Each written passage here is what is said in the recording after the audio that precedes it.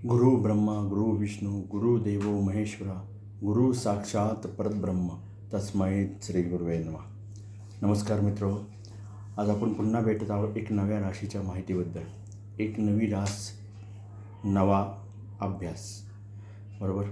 आज आपण बोलत आहोत एक अशी रास जी सर्वांमध्ये प्रसिद्ध आहे. म्हणजे ही व्यक्ती जर चांगल्या म्हणजे ग्रहांसोबत असेल म्हणजे तर ती व्यक्ती सर्वांना आनंद देऊ शकते.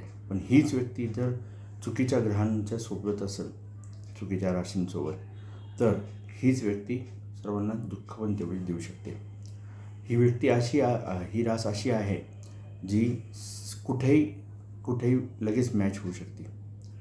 सांगायचं झालं तर आत्तापर्यंत आपण 2 राशी समजून घेतल्या. एक म्हणजे मेष रास आणि एक वृषभ रास. मेष रास अग्नितत्वाची रास, वृषभ रास ही स्त्री रास, स्थिर समपृथ्वी तत्वाची रास. आज आपण जाणत आहोत एक अशी रास जी वायुतत्वाशी रिलेटेड आहे. वायुतत्वाशी रिलेटेड आणि पुरुष रास आहे. तर ही रास आहे मिथुन रास. येस, मिथुनाचं जर तुम्ही चिन्ह पाहिलं असेल तर या मिथुन राशीत जर तुम्ही बघितलं तर तुम्हाला ह्याचं बोधचिन्ह दिसेल. 2 पुरुष जे विरुद्ध दिशेला एकमेकांकडे समोरासमोर बघतात. म्हणजे ही पुरुष रास आहे. आणि बुध काय म्हणतात त्याला, द्विस्वभावी रास आहे. त्यामुळे ह्या 2 पुरुषांचे जर तुम्ही बघितले, एकाचा व्हाईट कलर तुम्हाला दिसेल म्हणजे पांढरा कलर, आणि एकाचा काळा कलर, म्हणजे हे 2 विरुद्ध स्वभावाची माणसं तुम्हाला दिसतील. त्यामुळं ही द्विस्वभावी रास आहे. आणि ह्यांचं बोधचिन्ह 2 पुरुष अपोजिट साईडला तोंड करून, एकमेकांच्या विरुद्ध दिशेला तोंड करून दिसलेले, एकमेकांकडे विरुद्ध दिशेला नाही म्हणता, एकमेकांकडे बघताना तुम्हाला दिसतील. अशी ही विरुद्धांगी रास आहे. थोडक्यात सांगायचं काय तर ही द्विस्वभावी रास आहे. म्हणजे ह्या राशीमध्ये जे व्यक्ती आहेत तर ते तुम्हाला 2 स्वभावाचे दिसतील. म्हणजे एकदमच शांत, मोस्टली हे शांत नसतं, पण एकदमच असं चलबिचल आणि एकदमच असे फारच बोलके असतात. आणि तर काही जण एकदम शांत, पण जर त्यांना चावी दिली, म्हणजे थोडक्यात बोलायला लावलं तर ते भरभरून बोलतात, एकदम अशा टाईपचे असतात. तर आता मिथुन राशीबद्दल आपण जाणू. मिथुन रास ही बुध ग्रहाच्या अंडर येणारी रास आहे. बुधाची रास आहे. ही बौद्धिक म्हणजे बुद्धिमत्तेवर येती रास ही. तर ही माणसं जी असतात यांचे आपण गुण जाणून घेऊ. तर ही माणसं जी असतात एकदम बोलकी असतात. बोलका स्वभाव, जे पाहिजे त्या विषयावर बोलणारे, एकदम हसतमुख चेहरा. तसेच सतत बोलायला ह्यांना आवडतं. ह्यांना शांत राहायला शक्यतो आवडत नाही. कुठलाही विषय असो, कुठल्याही विषयावर हे सरसरीत बोलणार, काय कुठं न ऐकतात. ज्ञान भरपूर असतं. पण जरी ज्ञान असलं तर बुधाचे जे गुण पाहिजेत तर ते म्हणजे पॉझिटिव्ह गुण ह्या राशीमध्ये तुम्हाला जास्त दिसतील. पण जास्ती ज्ञान म्हणजे हे ज्ञानी व्यक्ती असतात, पण काही वेळेस हे यांच्या स्वभावामुळं ते ज्ञान म्हणजे चुकीच्यासुद्धा ह्याच्यात वापरू शकतात. ही व्यक्ती एकदम तर्कनिष्ठ असते. म्हणजे तर्कबद्ध बोलणार, तर्क म्हणजे यांचे तर्क एकदम विविध प्रकारचे असतात. हे असे लवकर विश्वास ठेवत नाही. हे म्हणजे जसे आपण म्हणतो अंधश्रद्धा वगैरे ह्या आहारी हे लवकर जात नाही. यांची ग्रहणशक्ती फार पॉवरफुल असते. तसेच स्मरणशक्ती पण यांची पॉवरफुल असते. आकलनशक्तीसुद्धा यांची खूप चांगली असते. तसेच हजरजबाबीपणा, जे तुम्ही विचाराल त्याचं पटकन उत्तर ही व्यक्ती देणार. बरं, ते चुकीचं असो अथवा बरोबर असो, काही नाही, बोलून जाणार, पण असा शब्द खाली पडून देणार नाही. तसेच तरतरीतपणा ह्यांच्यात खूप असतो, जोम असतो. कधी हे लवकर थकत नाही, आणि थकले तर मग एकदमच एकदम थकून जातात. अवखळेपणा असतो, म्हणजे एकदम मिश्किलपणा पण असतो. लहान म्हणजे आपण म्हणतो ना बाल काय म्हणतात त्याला, बाल स्वभाव, तर ह्यांच्यात तो तुम्हाला दिसून येईल. म्हणजे तसेच मनोरंजक संवाद बोलणार, कॉमेडी वगैरे करणार. असं यांना गंभीर राहायला जास्त आवडत नाही. एकदम दिलखुलास बोलणार, भरभरून बोलणार. एकदा यांची गाडी चालू झाली बोलण्याची तर हे थांबतच नाही, एक सणामध्ये पडून जातात आणि समोरच्याला बोर होतं आहे का आनंद वाटतो आहे याचा ते विचार करत नाही. पण मोस्टली ह्यांच्याबरोबर राहणारे जे काही रास आहेत तर त्या व्यक्ती ह्या आनंदीच राहतात. हां, यांची शत्रुरास असेल तर ती मोस्टली नाही राहत, त्यांना ते लगेच चढेतोड बोलून बाजूला होतात. तसेच हे लोक जे असतात यांचा मोस्टली हे सावळे असतात, सावळे दिसायला सावळे असतात, गौरवर्ण असतो, शिडशिडीत बांधता आणि स्वस्त नाही बसणार एका जागी. ह्यांना फक्त का इथून तिथून तिथून इथून करणारी ही माणसं असतात, शांत नाही बसा. जास्ती मोठी हाईट नसती ह्या राशीच्या व्यक्तींची. हाईट जास्तीत जास्त 5 फूट 5 फूट असं इथपर्यंत ही असते, जास्ती उंच हे नसतात व्यक्ती. तसेच आता हे व्यक्ती तुम्हाला जर सापडतील तर व्यवसाय म्हणा तर व्यवसायामध्ये हे व्यापारी भरपूर दिसतील. इस्टेट एजंट, कुठलीही एजन्सी असेल त्यांच्याकडं तर त्यामध्ये हे फार म्हणजे यशस्वी असतात. तसेच नोकरीच्या बाबतीत जर म्हणले तर हे सेल्समध्ये तुम्हाला जास्ती करून आढळतील.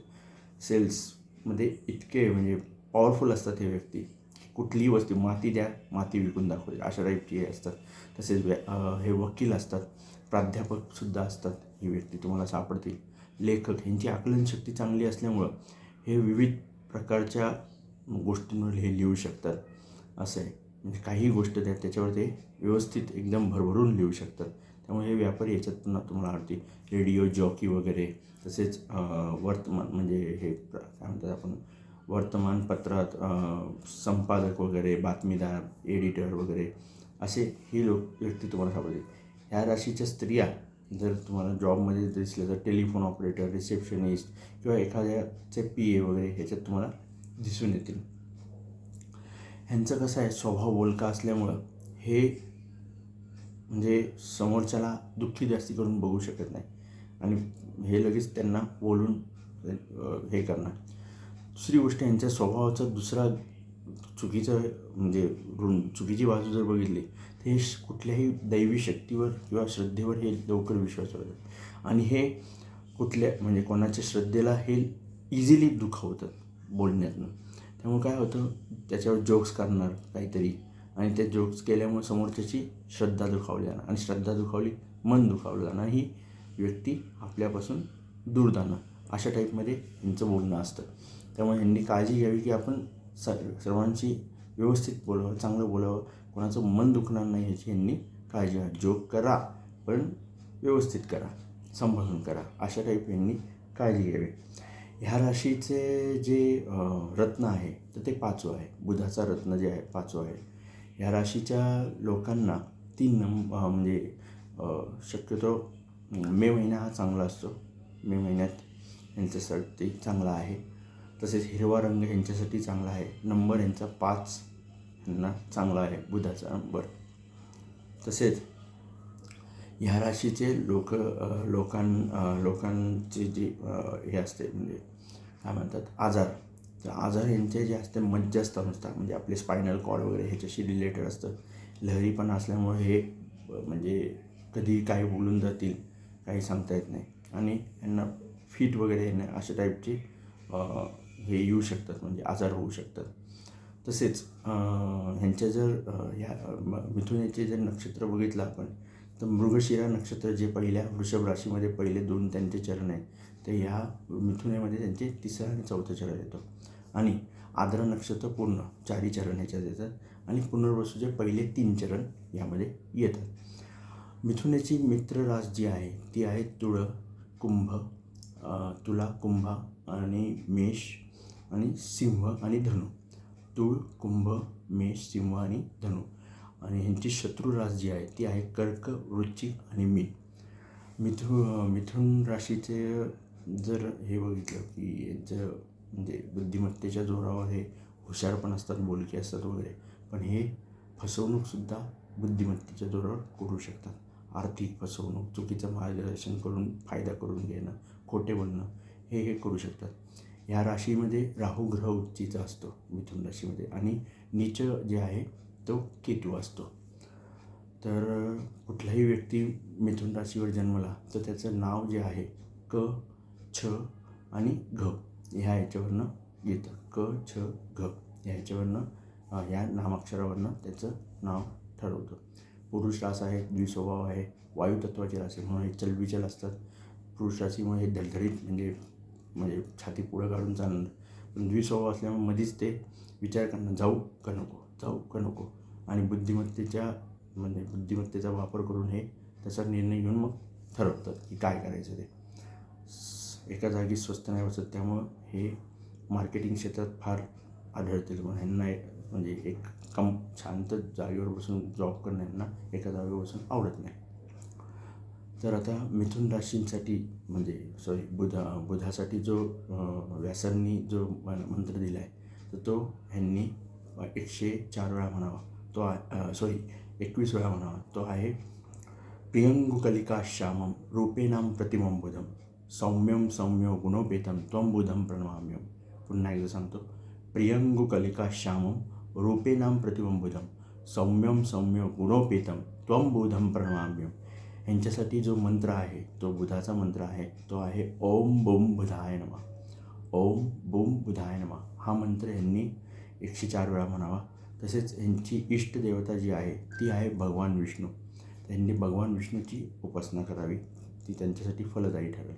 म्हणजेच कृष्णाची उपासना जर ह्यांनी केली तर ती यांच्यासाठी फार फलदायी ठरेल. सांगायचं झालं काय, मिथुन ही जी रास आहे ती एकदम म्हणजे कॉमेडियन्स जे म्हणतो ती त्या टाईपची पण आहे.